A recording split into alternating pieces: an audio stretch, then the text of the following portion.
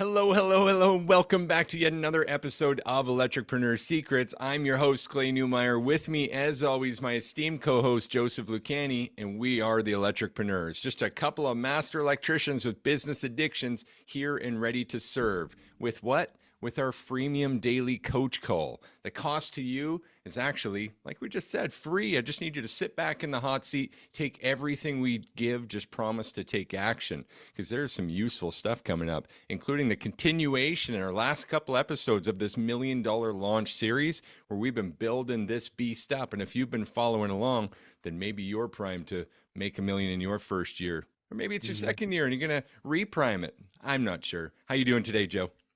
Man, I'm feeling so fired up to get into this topic, which is interesting because I'm equally so physically tired. Anyone who's got kids knows what it's like. Sickness comes easy, tired comes, or sleep does not come easy. But regardless, I am just so primed and ready to tackle this today. What are you, brother? How you feeling? Yeah, fantastic. You know what? Pretty fired up from our last episode, still really talking about identifying the bottlenecks. As you know, I get a little bit horny around the data. I love that stuff. Horny's not the right word. Just I just that one wasn't made you laugh. expecting Don't that. drop the H word on the podcast. It'll make Joe crack up. The data gets me going, man. It really lights my fire. I love what data can tell us, that story. And so the next thing is, what do we do with the data? How do we train to what the data tells us? How do we then use it as leverage? And we began to cover it a bit, but I really wanted to get into that big T word, the training word, because I feel like too many people too often just kind of rest on their laurels with this stuff. And it Yeah. really is something where practice makes perfect, right? Mhm. There's so many areas we're going to touch on this today, but right off the bat, I mean, yesterday we talked about bottlenecks maybe being at the front with your call booking rate, and that could be something you'd recognize. So, in your experience, Joe, and for this $1 million launch, what's a way that we could even train on our front end to help them improve? Which seems to be good Ah, timing as we're launching some CSR classes in the on the inside track here in the I coming love it. weeks. So the benefit of the CSR is that we have to acknowledge that they're the front and they are the first point of contact. And a lot of times it's not what they're saying, it's how they're saying it. So the best things to do when you want to talk about training your CSRs is one, do you have a recording software? Because if you have a recording software, then you can actually listen to real calls and actually review them with your CSR staff. So something that's always fun to do is say, all right, we're going to randomly select a call. You had 40 calls that came in this week. We're going to randomly pick one of them, or you can pick one that you feel specifically requires attention. And then we're going to review what went well, what didn't get well, and how we can correct it. The reason why I like this as well is because no one likes listening to dad. And what I mean by that is if I were to sit down, let's say I have a CSR and I want to monitor them. Like imagine I say, "Hey Clay, I'm going to sit next to you and I'm going to watch you with a clipboard and take notes while you're answering your call." Hmm. What are the odds you're going to give me your top tier performance? Yeah, yeah. We talked a bit about that last time, right? It's Yeah, definitely going to change the way that I act for exactly. the better or for the worse, depending on my comfort level with you beside me. Yeah. So the thing is now that we know what we're going to be monitoring, now let's talk about how we're going to train it. What I would recommend for maintaining your CSRs is a minimum of once a week. Minimum. I say minimum once a week because how you practice is how you play the game. And Mm, if they have 4 days just running it and one day refining it, it could create some gaps. I would rather ensure that they have the process down first and do either one at the beginning of the week so your Monday is primed, and then one at the end of the week or midweek to ensure we haven't lost any steam. I love that, man. That's really good stuff. And something we were talking about earlier in the class that I think is so important to bring up here is, again, just really highlighting how important this is to have someone on your front end, that first point of contact. I mean, how important is it that they set you up and your tech up to show up as a 10, as you said earlier, for that Yeah. call? And if It's we absolutely didn't essential. train, would we be really risking that? Yeah. So the thing is that if you're listening to this podcast, it's likely that you charge more than your competition because you're trying to provide something better than your competition is offering. But your your customer doesn't necessarily know the difference yet. Yeah. They just know you're an electrician and they're an electrician. And we don't want them trying to figure out the difference only when it comes down to price. So what we need to do is establish those differences from the moment they start working with us. So what that might sound like is we're going to connect with them and we are going to ensure that everything that they talk about sets that technician up to be the best impression possible. First impressions are the most important. But additionally, let's say for some reason you didn't give a great experience over the phone. That tech may show up as an 8. It's so much harder to go from an 8 to a 10. Oh, sorry. It's harder to go from an 8 to a 9 than it is for a 10 to go to a 7. Right.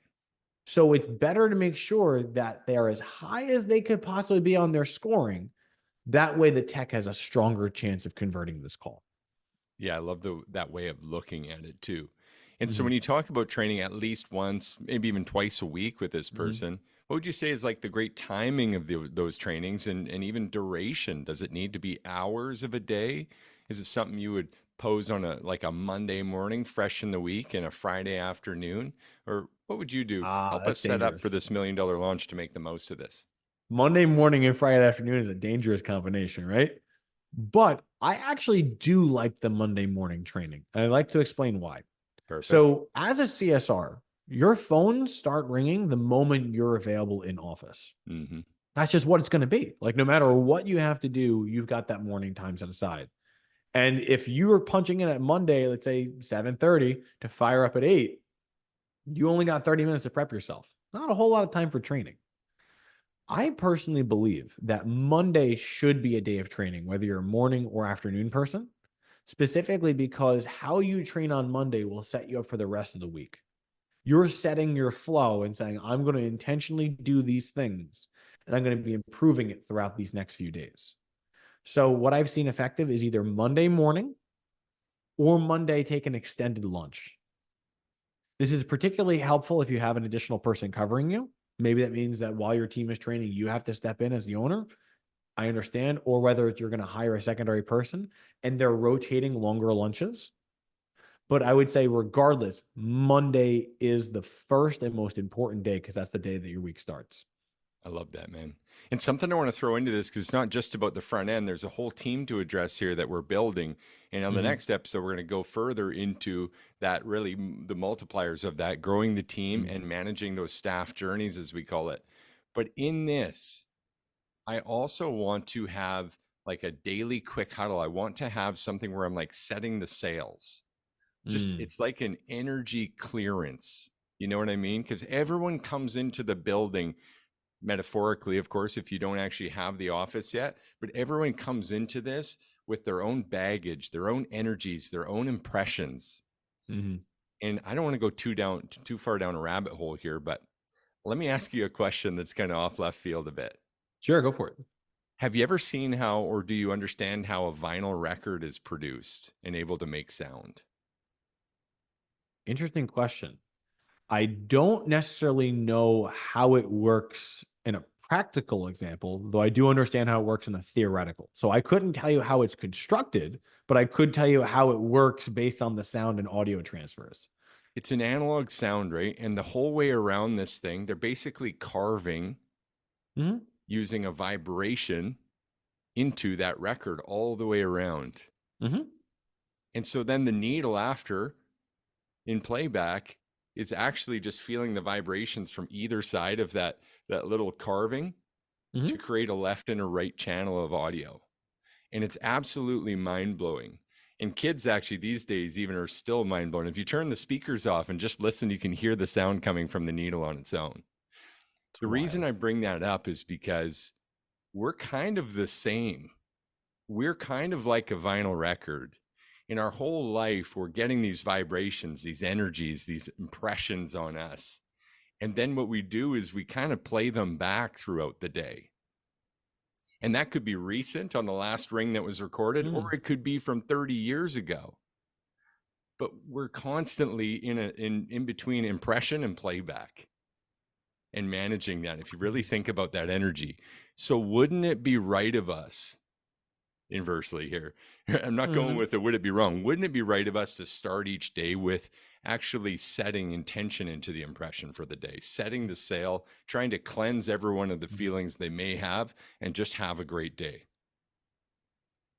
I like that a lot. Like, I really do, because a lot of what it comes down to is by you setting your intention, you're also ensuring that your team is able to move in a positive forward from the moment they start in. Because if you think about it, Monday mornings are usually, from a text perspective, Monday morning is not great. I'm Mm. going outside, I'm cleaning the screws out of the yard. I'm making sure that I'm loading my van. It's cold. I had Sunday yesterday. I got a ton of things on my plate. I'm not feeling great.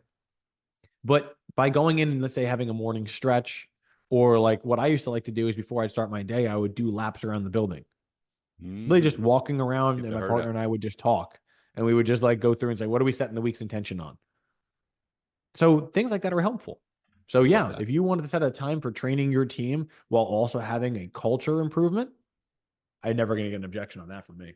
There's another piece to this I want to tie in quick. And Sure. it's something we've done at Service Loop Electrical. And it's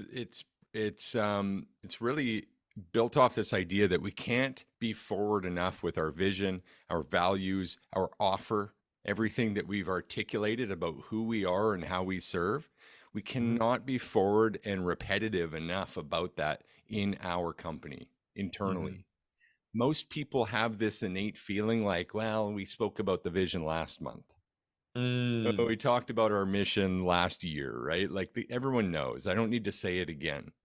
But it's truly is that record needs to replay and replay and replay and replay. And every week we should be touching on that in some capacity, tying it to a recent story and how it served us so that it's relatable and so that people continue in their understanding and the development of understanding really what we're trying to accomplish here and how important that is, right? If Mhm. something was truly important, wouldn't we talk about it often?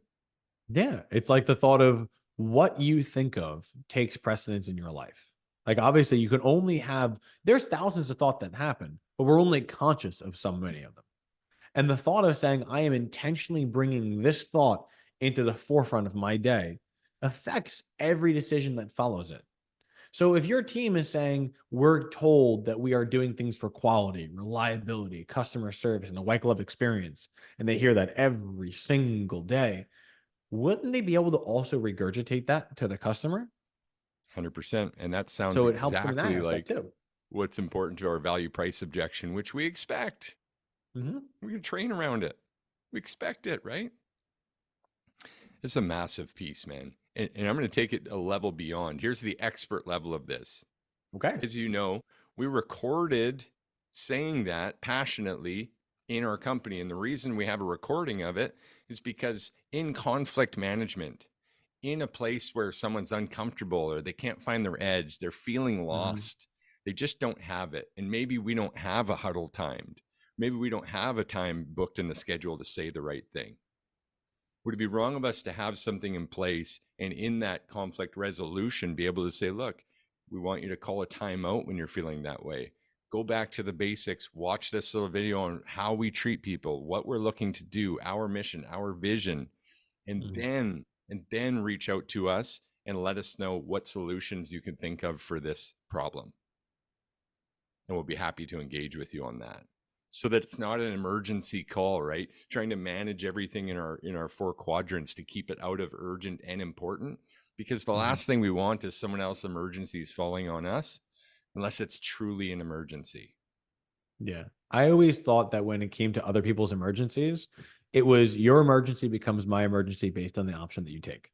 I'm Mm-hmm. going to present you options. If you want an emergency, here's my first class pass. I can give you first class availability. Oh, you're You thinking with want a me to take care client. of this today? Was that? You're thinking with a client. Yes. I Yes. was And I'm also addressing thinking, with the team, like a yeah, no, team I was, emergency. Go ahead though. yeah, no, I was thinking, but the logic was it was supposed to connect with it, where it's like Mm, when your emergency becomes my emergency, what defines now our right. emergency as a team? And when I say our emergency, what I mean by that is when we're all facing the same vision, now we're able to all be in alignment on what takes priority over something else. I love that. That's really good. So I want to jump back into the field stuff now. Obviously, this is our $1 million launch. We're the ones selling. Yeah. But using the post-call facts and the things we talked about last time to identify the bottlenecks, we actually get some great information there too. Can I share a little bit Correct. of my data nerd horniness here? Please and thank you. Go for it. I didn't crack you up that time. All right. No, no, because at least now I'm prepared for it. It was just when you came out of nowhere right out the gates, I was like, whoa, like, all right, let's do it. So the post-call facts told us some really interesting stuff, right? What Mhm. parts of our sales flow are we not doing? Are we missing Mhm. spots? And are we consistently missing the same spot? Because then it begs the question, well, why? Mhm. Why do we keep missing this spot? And when you ask a person that question and you ask why a couple times, you might get to a root cause, which is, well, I don't actually believe in the price that we have, or Mm. I don't actually believe this serves. Or you'll find in your case, many times you've worked with people role playing through it and you find it's just a tonality thing. Hey, down in the South, that would be taken as offensive, Joe. Have you ever heard that? Yeah, I mean, that comes up a lot. And the benefit of why I wanted to put my hand up for it is I love finding when someone feels this won't work because I spent so many years trying to find every angle that it wouldn't work by so that we can create protections against it. And most times it's an internal issue that someone's having. I can't say this because they'll think this. When it's like, well, why are those two thoughts connected? If you're presenting something with quality, reliability, and customer service, and you're not pushing it on someone and it's their choice, and you're merely asking, is it truly wrong to ask to bring something unsafe to their attention? Not at No. all. Okay, then why would someone be upset with that regardless of where you live in the country? Okay, so how would you like to proceed? Yeah, great stuff. And I love that when it's an internal issue, then that Hmm. means we have an opportunity to help lift someone up right there. Hmm. And that happens through training once again and through role play. And once they're able to execute this with an actual customer, there's just this aha moment that happens. And it's Hmm. almost difficult to explain, but I've had them, you've had them, anyone who's learned anything in their life that afterwards you felt was like, oh, that was simple. And if I spent enough time, I would have figured this out.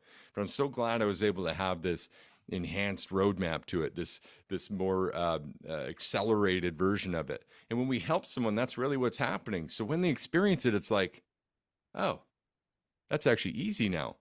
I can do Hmm. this. I now know what it looks like. I now know what it feels like. So I can do this again. And I think You that's know, so important. And that's a huge piece of training.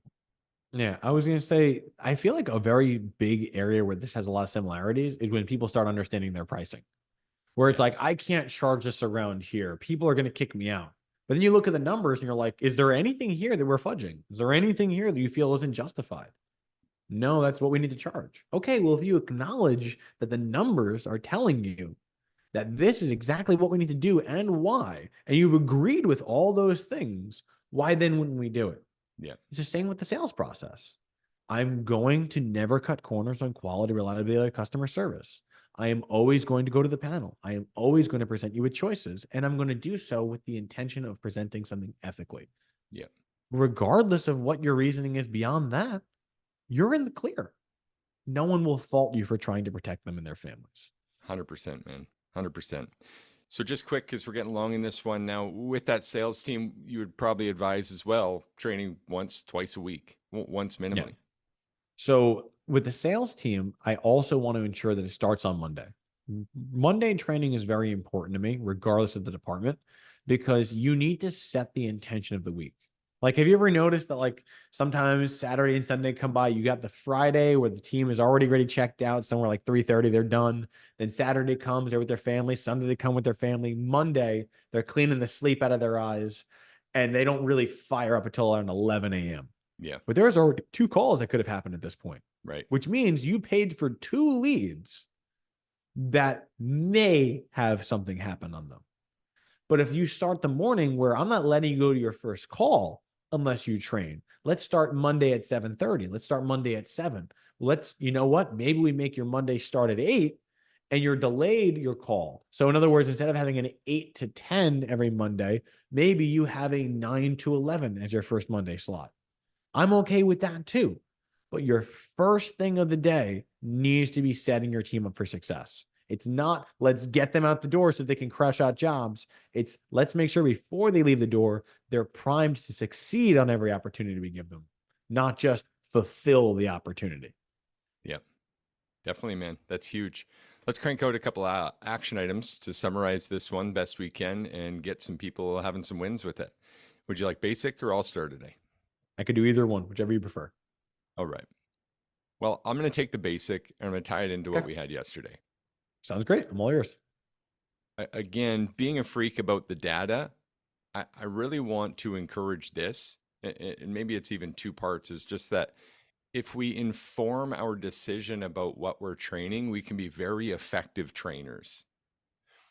There's kind of two schools of thought around this, and one seems to be like, well, what do I train? And usually if Mhm. you have that question, it just means that we're not collecting data or reviewing the data to actually hold people accountable to our process. Or worse, I mean, we don't have a process yet, but we can't start there, right? We're too far down this road. So Mhm. how can we inform your decision about what to train? And that's maybe a hard question for you, but we have some tools to help with that, such as our post-call facts, right? We have tools to help with that, such as even a KPI workbook that your CSR can use to just track, hey, what calls came in, where are they coming from, and what's our call booking rate, so that you know how to identify that bottleneck and begin to train to it. That sound fair, Joe? Yep. And I love that because that actually sets me up perfectly. All right. So, what I was going to originally talk about was how we should be using the post call facts and things like that, but you've already touched on it. All right. So, additionally, the next level is why do they want to train? Now, everyone's motivation could be different, This is right? good. Like for me, it's less about the money and more about being a present father. But for someone else, they may say, you know what? I don't have any kids. I don't have a spouse. I need to make sure that I'm living a certain lifestyle so I can take the vacations I want. Yep. Someone else may say, I'm just trying to pay off debt. So the motivating factors for each person to succeed would be different. So I would say, addition to having training, in addition to knowing what to train, focus on why are we training for each individual, so that when they crush a sale, you can be like, Clay, you are that much closer to being able to have your Mexican villa. Or you know what, be like, Joe, you are that much closer to being completely debt free. Or you're that much closer to being able to have your weekends off with your family or have a screw it. You know what? You were able to hit these numbers by Thursday night. You can take Friday off with your family every week. I love that. Now they've got a motivating factor to do these things. And as a result, they'll be dialed into the training because they personally have something to gain or lose from it. Gosh, man, I'm so glad that you found that inside and brought it to the front, man, because that is so important. Why would they want to train? It ties us perfectly into really a little more discussion on performance pay and what we would think about that in $1 million launch, and developing on these staff journeys, creating all Mhm. stars, keeping people long term. That retention piece is going to be massive, because if we're losing people all year round, it's going to be really tough to ever get the momentum we need to really launch through this $1 million mark. So thank you for that. And thank you guys for joining us on yet another episode of Electricpreneurs Secrets, the Electricians podcast, where Joe and I show up 5 days a week to help you master sales, simplify your pricing, and deliver premium level electrical service. We'll see you again tomorrow. Bye for now. Y'all be well. Can't wait to see you soon.